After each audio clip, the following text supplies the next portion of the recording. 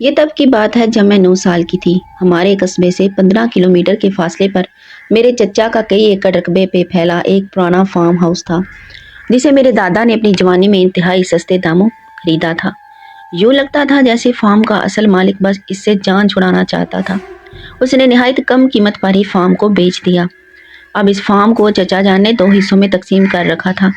بڑے حصے میں سورج مکھی اور کان کی فصل اور سبزیاں کاشت کی جاتی تھی، جبکہ فارم کے وسط میں ایک لکڑی کی باڑ سے پارٹیشن کر کے مویشی پالنے کا احاطہ بنا دیا گیا تھا۔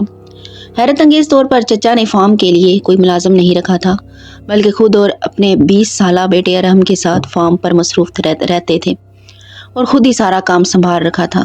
آبادی سے دور پرسکون اور خاموش جگہ تھی۔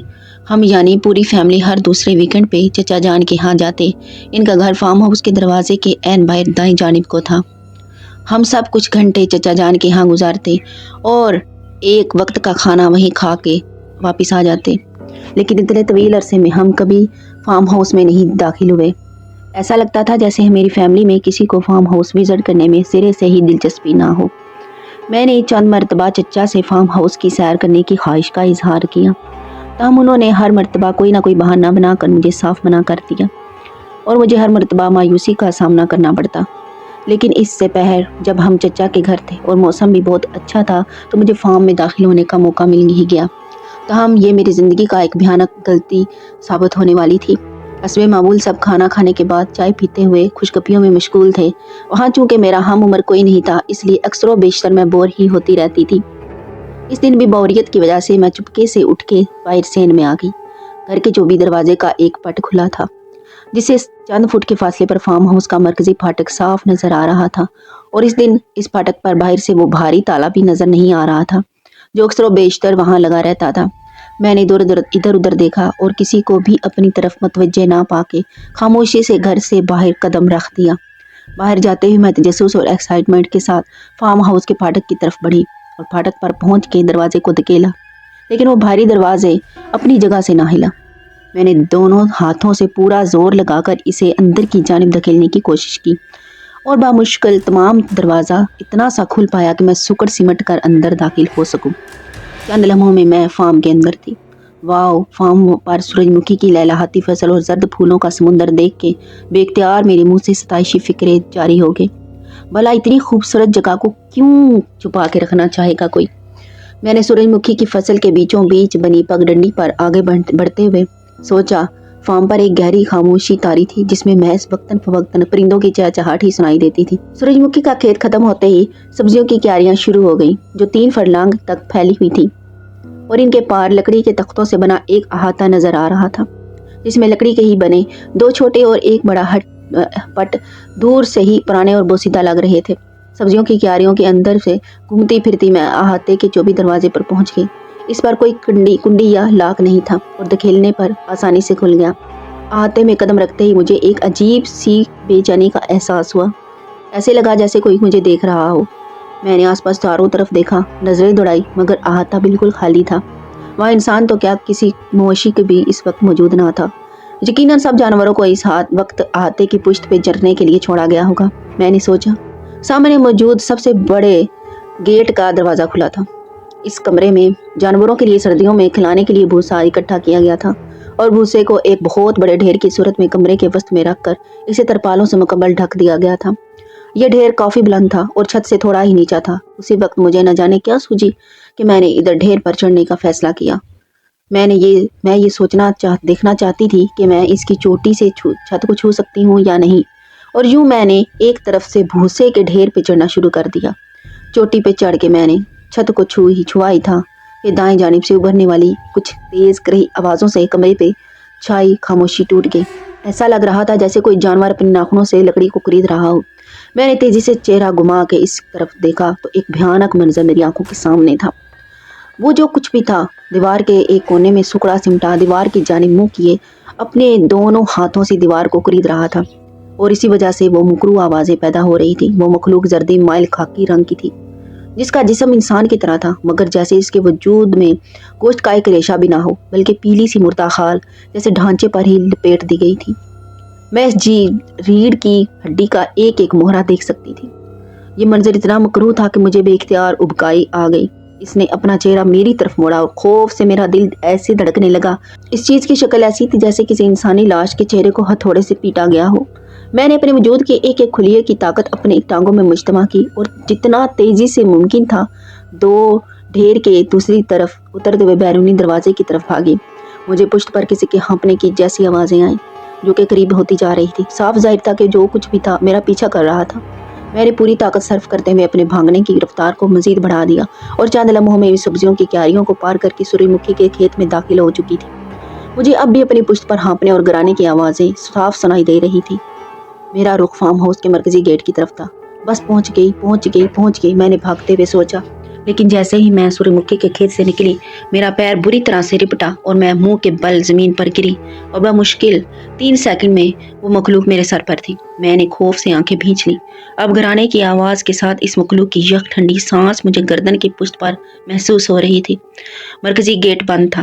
مجھے اپنی موت کا یقین ہو چکا تھا۔ تبھی مجھے کسی کتے کی بری طرح سے بھونکنے اور گرانے کی آواز آئی اور ایسے لگا جیسے کسی چیز نے میرے اوپر سے دوسری جانب چھلانگ لگائی ہو۔ یہ چچا جان کا کتا سکیٹو تھا جو نہ جانے کس وقت فارم میں آیا تھا۔ اس نے ہی مجھے نامعلوم مخلوق کے شکنجے میں دیکھ کر اس پر چھلانگ لگائی تھی اور اسے رگھیتتا ہوا سورج مکھی کے کھیت کے اندر جا گرا تھا۔ کتے کے بری طرح سے گرانے کی آوازوں کے ساتھ فصل ایسے ہل رہی تھی جیسے 2 درندے آپس میں ٹکرا گئے ہوں۔ میں ہمت کر کے اٹھی اور بے تحاشا مرکزی گیٹ کی طرف بھاگی۔ میں گیٹ پر پہنچی ہی تھی کہ گیٹ کھل گیا۔ چچا اور پاپا فارم میں داخل ہوئے جو شاید مجھے غائب دیکھ کر پھر کتے کے گرانے کی آوازیں سن کر فارم ہاؤس کی طرف بھاگے تھے۔ میں بہت بری طرح سے گھبرائی ہوئی تھی اور مجھ پہ سخت طاری تھا۔ مجھے فوراً واپس چاچو کے گھر میں پہنچا دیا گیا جہاں میرے ہوش بحال ہونے پہ کافی دیر لگ گئی۔ تب میرے قریب تھے اور سب ہی میری حالت پر پریشان دکھائی دے رہے تھے۔ میری حالت قدرے سنبھلی تو پاپا نے مجھ سے پوچھا کہ کیا کرنے کی کوشش کی جا رہی تھی، مجھ پر کیا افتاد آن پڑی تھی۔ میں چند لمحے خاموش رہی، پھر ہمت کر کے بولنا شروع کیا اور سب کو بتانے کی کوشش کی کہ فارم میں مجھ پر کسی انجان مخلوق نے حملہ کیا تھا اور میرا تعاقب کیا تھا۔ وہ میرے سر پر پہنچ چکی تھی جب سکیٹیو نے اس پر حملہ کر کے اس سے جان میری بچا لی۔ اس سے پہلے کہ میں کچھ بولتی اور اس مخلوق کا حلیہ بیان کرتی، چچا جان نے میری بات کاٹ دی اور بولے، ارے بیٹا، یقیناً وہ کوئی لومڑ ہوگا۔ اس علاقے میں لومڑ اکثر نظر آ جاتے ہیں، گھبرانے کی کوئی ضرورت نہیں۔ آج تک لومڑ کے حملے سے کسی انسان کی موت واقع نہیں ہوئی اس علاقے میں۔ میں جانتی تھی کہ وہ لومڑ نہیں تھا بلکہ ایک خوفناک عفریت تھا، مگر چاچو کی اس بات پر میں خاموش ہو گئی اور ہم گھر واپسی کے لیے نکل پڑے۔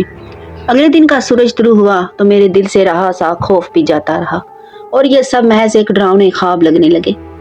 اور چند دن میں واقعی یہ سوچنے لگی کہ کہیں واقعتاً ایسے تو نہیں کہ وہ مخلوق دراصل ایک لومڑ یا کوئی اور مقامی جانور ہو جسے میں تنہائی، خوف اور کمرے میں روشنی کم ہونے کی وجہ سے ڈراؤنا عفریت سمجھ بیٹھی ہوں۔ یوں ہی چند ہفتوں میں بات آئی گئی ہو گئی۔ 1 ماہ گزر گیا اور میں اس واقعے کو تقریباً فراموش ہی کر چکی تھی کہ گھر میں پھر سے سب کا چچا کے ہاں جانے کا پروگرام بننے لگا۔ ایک لمحے تو میں بری طرح سے جھجکی، لیکن پھر یہ سوچتے ہوئے ساتھ جانے کو تیار ہو گئی کہ اب بھول کر بھی فارم کا رخ نہیں کروں گی۔ اس طرح ہم چاچو کے گھر کی طرف روانہ ہو گئے۔ گاڑی سے اترنے کے بعد میں نے فارم ہاؤس کی طرف ایک نظر دیکھا بھی نہیں اور اس سے نظریں چراتے ہوئے سب کے ساتھ چاچو کے گھر پہنچ گئی۔ سب کچھ ایک دم نارمل تھا، گویا وہ واقعہ سب ہی کو بھول چکا تھا۔ میں چچا کے گھر سب سے ملنے کے بعد کچن میں چلی گئی جہاں چچی کوکنگ میں مصروف تھی۔ انہوں نے حسب معمول مجھے پیار کیا اور حال احوال پوچھا۔ بیٹا اوپر جاؤ اور اسٹور روم سے اس میں چینی بھر لاؤ پلیز، آنٹی نے مجھے ایک جار پکڑاتے ہوئے کہا۔ میں جار پکڑتے 24 سیڑھیاں چڑھتے ہوئے دوسری منزل پر پہنچی۔ اسٹور روم گیلری کے اختتام پر تھا۔ گیلری میں نیم تاریکی کا سماں تھا۔ میں نے اسٹور روم کا دروازہ کھولا اور اندر داخل ہوئی۔ چینی سے بھری پیٹی سامنے ہی پڑی تھی۔ میں اسے کھول کے جار میں چینی بھرنے لگی۔ وہی لمحہ تھا جب میں نے کمرے میں ایسی آوازیں سنی جیسے لکڑی کی کسی چیز کو ناخنوں سے کریدا جا رہا ہو، اور میری نظریں خود بخود کمرے کے 24 شیڈ کی طرف گھوم گئیں جس پہ وہی عفریت بیٹھ کر میری پشت میری جانب کی دیوار کو کھرچ رہا تھا۔ میرے ہاتھ سے جار چھوٹ کر زمین پر گر گیا۔ نہیں، پھر سے نہیں۔ میں نے چیخنے کی کوشش کی لیکن میری آواز نے میرا ساتھ نہ دیا۔ مجھے ایسے محسوس ہوا جیسے میرے جسم میں جان نہ رہی ہو۔ میں نے پلٹ کر دروازے کی طرف بڑھنا شروع کر دیا تو مجھے لگا جیسے میرے قدم من کے ہو چکے ہوں۔ تبھی میں نے اسے شیڈ سے اترتے دیکھا۔ میں نے جسم کا پورا زور صرف کرتے ہوئے خود کو دروازے کی طرف دھکیلا اور دروازے سے ٹکرائی۔ دروازہ کھل گیا اور میں ایسے زمین پر گر گئی کہ میرا آدھا جسم کمرے میں اور آدھا گیلری میں تھا۔ تبھی مجھے کسی نے بازو سے پکڑ کے جھٹکے سے اپنی طرف کھینچ لیا اور میرے حلق سے چیخ نکل گئی، بیٹا گھبراؤ نہیں، یہ میں ہوں۔ میرے کانوں میں چاچو کی آواز پڑی اور میری جان میں جان آئی۔ چاچو نے جانے کب اوپر آئے تھے اور انہوں نے مجھے دروازے سے باہر گرتے ہوئے دیکھا تو بازو سے پکڑ کے باہر اپنی طرف کھینچ لیا۔ اب چاچو کی نظریں اسٹور کے اندر کا جائزہ لے رہی تھی اور ان کے چہرے پہ خوف و فکر کے ملے جلے تاثرات تھے۔ بیٹا میرے ساتھ آؤ، مجھے تم سے کچھ بات کرنی ہے، چچا نے میرا ہاتھ پکڑ کے مجھے نیچے کی جانب لے جاتے ہوئے کہا اور میں ڈری سہمی ان کے ساتھ چل پڑی۔ چاچو مجھے ساتھ لیتے ہوئے واپس پہلی منزل پر آئے اور باہر سے ان کی طرف چل دیے۔ بیٹا بھلے ابھی بہت چھوٹی ہو، لیکن جو کچھ میں بتا رہا ہوں اسے غور سے سننا اور ذہن نشین کر لینا، کیونکہ معاملہ تمہاری زندگی اور سلامتی کا ہے۔ آج سے 50 سال پہلے یہ فارم ہاؤس تمہارے دادا نے ایک اجنبی شخص سے خریدا تھا۔ وہ شخص اتنی کم قیمت میں فارم ہاؤس فروخت کر رہا تھا کہ اتنی قیمت میں اس دور میں بمشکل 10 مرلے کا ہی ایک گھر خریدا جا سکتا ہے، اور اس کی وجہ ہمیں کئی سال بعد سمجھ آئی۔ جیسے ہی میں 17 سال کا ہوا، بابا نے مجھے بھی اپنے ساتھ فارم کے کام پہ لگا دیا۔ اس فارم پہ مجھے ہمیشہ ایک عجیب سا احساس رہتا ہے، ایسے جیسے مجھے ہر وقت کوئی دیکھ رہا ہو۔ کسی کونے خدرے، کسی جھاڑی، کسی باڑ سے ہر وقت مجھے دیکھے جانے کا احساس ہوتا تھا، اور ساتھ ہی اکثر مجھے فارم کے مختلف حصوں میں ایسی آوازیں سنائی دیتی جیسے لکڑی کو کسی نوکیلی چیز سے کریدا جا رہا ہو۔ شروع میں تو میں یہی سمجھتا رہا کہ یہ آوازیں چوہوں یا چھچھوندر کے لکڑی کے تختوں پر بھاگنے دوڑنے کی آوازیں ہیں، لیکن گزرتے دنوں کے ساتھ ان آوازوں میں بھی شدت آتی جا رہی تھی، اور اس عجیب و غریب بے معنی احساس میں بھی پورا دن فارم پہ کام کرتے وقت مجھے ان آوازوں سے بری طرح سے کوفت ہوتی اور کام میں خلل آتا تھا۔ میں نے بابا سے اس بارے میں بات کی، لیکن انہوں نے ایسی کوئی بات نہیں سنائی اور یکسر انکار کر دیا، اور یہ کہا کہ ایسی آوازیں چوہے اور گلہریوں کی ہو سکتی ہیں۔ ایک روز میں مویشیوں کے احاطے میں بھوسے والے ہٹ میں مصروف تھا کہ دائیں طرف کی دیوار میں سے وہی کھرچن کی آوازیں سنائی دینے لگی، اور حسب معمول جب شروع ہوئی تو جیسے رکنے کا نام ہی نہیں لے رہی تھی۔ اس روز پہلے ہی میری طبیعت ناساز اور موڈ خراب تھا، اوپر سے ان آوازوں نے جیسے میری زندگی اجیرن کر رکھی تھی۔ اس دن میں نے فیصلہ کیا کہ ان آوازوں کا منبع پتہ کر کے ہی رہوں گا۔ میں نے فوراً اوزاروں کے شیڈ تک گیا اور وہاں سے ایک آہنی ہتھوڑا نکال لایا، اور دیوار پر جہاں سے آوازیں آ رہی تھیں اس جگہ پوری طاقت سے ہتھوڑے کے کئی وار کیے۔ لکڑی سے بنی دیوار کچھ دیر میں ہی ٹوٹ گئی اور اس کے اندر سے ایک کوئی چیز میرے قدموں میں آ گری۔ میں نے دیکھا تو مجھے حیرت اور خوف کا شدید جھٹکا لگا۔ وہ ایک لاش تھی، بہت پرانی لاش، جس کا سارا گوشت گل سڑ چکا اور وہ دیکھنے میں انتہائی کری اور بد شکل میں معلوم ہو رہی تھی۔ مگر دیوار کے اندر وہ لاش آئی کہاں سے تھی؟ یقیناً جس شخص نے اس کو قتل کیا ہوگا اس نے ہٹ تعمیر کرتے وقت لکڑی کی 2 پرتوں کے درمیان اسے پھنسا کر کیلوں کے ذریعے اس دیوار میں چن دیا ہوگا۔ میں بھاگتا ہوا گھر واپس گیا اور بابا کو لاش کی برآمدگی کی اطلاع کی۔ بابا نے گھبراہٹ میں پھر فور پولیس کو اطلاع کر دی۔ جو پولیس اہلکار فارم پر پہنچے تو ہم نے انہیں لاش دکھائی تو ڈیوٹی پر موجود انسپیکٹر نے لاش کی جانچ کرتے ہوئے کہا کہ یہ لاش کم از کم 50 سال پرانی ہے۔ پولیس نے ضروری قانونی کارروائی کرنے کے بعد لاش کو تحویل میں لیا اور سرد خانے تک پہنچا دیا۔ پولیس نے ہم سے فارم کے مطابق مالک سے متعلق کوائف طلب کیے اور بابا نے انہیں فارم کی فروخت کی دستاویزات فراہم کر دی۔ اس کے بعد المختصر یہ کہ لاش کے پوسٹ مارٹم کے بعد اتنا ہی معلوم ہو پایا کہ وہ لاش ایک جوان عورت کی تھی اور اس کے مرنے کی ممکنہ وجہ دم گھٹنا ہی ہو سکتی ہے۔ بقول ڈاکٹرز اس عورت کو یقیناً بے ہوشی کی حالت میں ہی دیوار میں چن دیا گیا ہوگا اور ہوش میں آنے پر اس نے گھبراہٹ میں دیوار سے نکلنے کی بہت کوشش کی ہوگی، بہت ہاتھ پیر چلائے ہوں گے مگر نہ نکل سکی اور دم گھٹنے سے ایک بھیانک اذیت ناک موت کا شکار ہو گئی۔ اس کے بعد چند دن بعد وہ پراسرار لاش سرد خانے سے غائب ہو گئی اور پولیس کو فارم کے سابق مالک کا بھی کوئی سراغ نہ مل سکا۔ لیکن چند روز بعد پھر سے فارم میں وہی لکڑی خریدنے کی آوازیں آنا شروع ہو گئیں اور بیٹا پھر شاید ہی ایسا کوئی دن ہو کہ میں نے اس مکروہ لاش کو فارم میں کہیں کسی کونے کسی کمرے میں دیوار کو ریدتے نہ دیکھا ہو۔ وہ بہت خطرناک افریت ہے جو نفرت کی آگ میں جھلس رہی ہے، لیکن میں نے اور بابا نے اس افریت سے بچنے رہنے کا ایک طریقہ دریافت کر لیا، اور وہ تھا اسے یکسر نظر انداز کر دینا۔ بھلے وہ افریت جان لیوا مخلوق ہے، مگر وہ اسی صورت انسان پر حملہ اور اس کا تعاقب کرتی ہے جب کوئی اس کی طرف متوجہ ہو، اس کی طرف دیکھے یا اس پر حملہ کرنے کی کوشش کرے۔ میں نے تب سے اب تک یہی روٹین اپنائی ہے کہ جب بھی کبھی مجھے فارم میں کہیں لکڑی خریدنے کی آوازیں سنائی دیتی یا اس افریت کی جھلک نظر آتی تو میں اسے یکسر نظر انداز کر کے وہاں سے ہٹ جاتا اور اپنے کام میں مگن ہو جاتا۔ اس طرح دوبارہ کبھی مجھ پر حملہ نہیں ہوا۔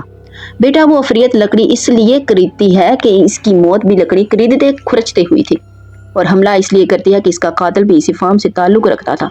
اب اس افریت کی نظر تم پہ پڑ چکی ہے، وہ آسانی سے تمہارا پیچھا نہیں چھوڑے گی۔ شاید وہ تمہارے گھر اور اسکول تک بھی تمہارا تعاقب کرے، لیکن یہ تعاقب زیادہ لمبے عرصے تک نہیں چلے گا۔ اگر تم نے اسے مسلسل نظر انداز کرنے کی عادت اپنا لی تو، لیکن شاید ایسا تمہارے لیے ممکن نہیں، بہت مشکل ہے، کیونکہ تم ایک لڑکی ہو اور دوسرا کم عمر ہو۔ چاچو بولتے جا رہے تھے اور میں خاموشی سے سنتی جا رہی تھی۔ مجھے یہ سب ایک بھیانک خواب لگ رہا تھا، اور میں اس وقت کو کوس رہی تھی جب میں نے اس منحوس فارم ہاؤس میں قدم رکھا تھا۔ چاچو ہی میں نے دل میں یہ فیصلہ کر لیا کہ اب کبھی چاچو کی ہاں نہیں جاؤں گی۔ وہ چھوٹا سا ایڈونچر میرے لیے زندگی موت کا مسئلہ بن چکا تھا۔ اس شام ہم گھر واپس لوٹے، اور تبھی سے میرے لیے خوف و وحشت کا نیا دور شروع ہو گیا۔ اس رات میں نے حسب معمول ہوم ورک مکمل کرنے کے بعد میں نے اگلے دن کے لیے اسکول بیگ تیار کیا اور سونے کے لیے لیٹی۔ ابھی کمبل اوڑھا ہی تھا کہ مجھے ایسی آوازیں سنائی دی جیسے کوئی میرے بیڈ روم کے دروازے کو باہر سے کھرچ رہا ہو۔ ساتھ ہی مجھے ایسی آوازیں سنائی دینے لگی کہ جیسے کوئی کھڑکی کے شیشے پر انگلی سے دستک دے رہا ہو۔ میں نے چاچو کی ہدایت پر عمل کرتے ہوئے سختی سے آنکھیں بھینچ لیں اور کمبل کو خوب اچھی طرح سے اپنے گرد لپیٹ لیا اور آیات کا ود کرتے ہوئے سونے کی کوشش کرنے لگی۔ کافی دیر تک وہ مکروہ آوازیں سنتے سنتے میری آنکھ لگ گئی۔ خواب میں نے دیکھا کہ وہ پتھروں سے بھری ایک نیل تاریک وادی میں ننگے پاؤں بھاگ رہی ہوں اور وہی خونی افریت میرا پیچھا کر رہی ہے۔ نوکیلے پتھر لگنے سے میرے پاؤں زخمی ہو رہے ہوتے ہیں اور ان سے خون بہتا ہوا زمین پر میرے قدموں کے نشان بنا رہا ہوتا ہے۔ اچانک ایک پتھر سے ٹھوکر لگتی ہے اور میں منہ کے بل گر جاتی ہوں۔